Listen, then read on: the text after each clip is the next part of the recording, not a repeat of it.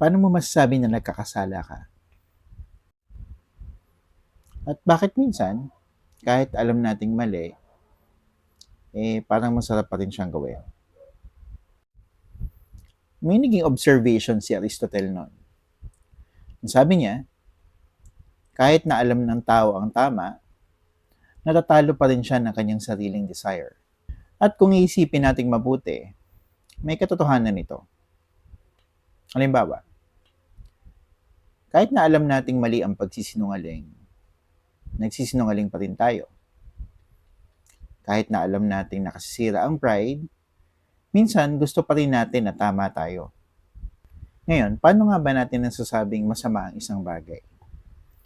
Bakit kapag nakakita tayo ng cruelty, ng injustices, o ng hindi magagandang bagay, merong instinct sa atin na nagsasabing masama yung bagay na yun? Ito ay dahil kahit magkakaiba ang kultura at panahon, paulit-ulit pa rin lumalabas yung parehong moral instinct na may mali sa cruelty, may mali sa betrayal, at may mali sa unjust violence. Ibig sabihin, may awareness tayo sa kung ano ang mabuti at masama. Ngayon, kung may awareness naman pala tayo sa mabuti at masama, bakit hindi sapat yon para baguhin tayo? Bakit kahit alam natin ang tama, may tendency pa rin tayong piliin yung mali? Sa Christianity, ang kasalanan ay hindi lamang basta simpleng pagkakamali. Dahil ang pagkakamali ay maaaring bunga lang ng ignorance o ng aksidente. Pero ang kasalanan, mas moral ang nature. Hindi lang ito patungkol sa maling ginawa. Patungkol din ito sa kung ano ba ang direksyon ng puso, ng desire, at ng kalooban ng tao. At ito yung uncomfortable part. Hindi kasi lahat ng kasalanan ay mukhang masama kaagad. Madalas, attractive siya. Ang pride, pwedeng magbigay ng feeling ng superiority. Ang galit, minsan satisfying.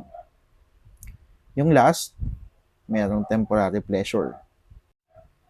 Ang greed, pwedeng magbigay ng temporary illusion of security. And that's why temptation works.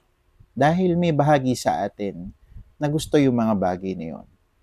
At dito sinasabi ng Christianity na ang problema ng tao ay hindi lang dahil sa paligid niya o sa society kung saan siya napapabilang o kung ano yung environment na nakasanayan niya.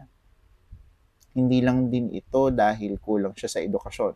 May disorder din sa kalooban natin, sa puso natin, sa mga desires natin.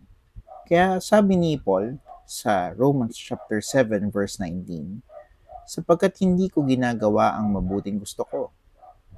Ang masamang hindi ko gusto ang siya kong ginagawa. Kahit si Paul, nakita yung contradiction na yon. At kung totoo yon, ibig sabihin hindi lang sapat na sabihin natin sa isang tao na magbago ka na o tigilan mo na yung ginagawa mo. Dahil ang problema ay mas malalim pa kaysa sa simpleng behavioral issue lang. Ang problema ay nasa puso talaga nating mga tao. At kung ang problema ay nasa puso talaga ng tao, kaya ba talaga natin itong ayusin na tayo lang?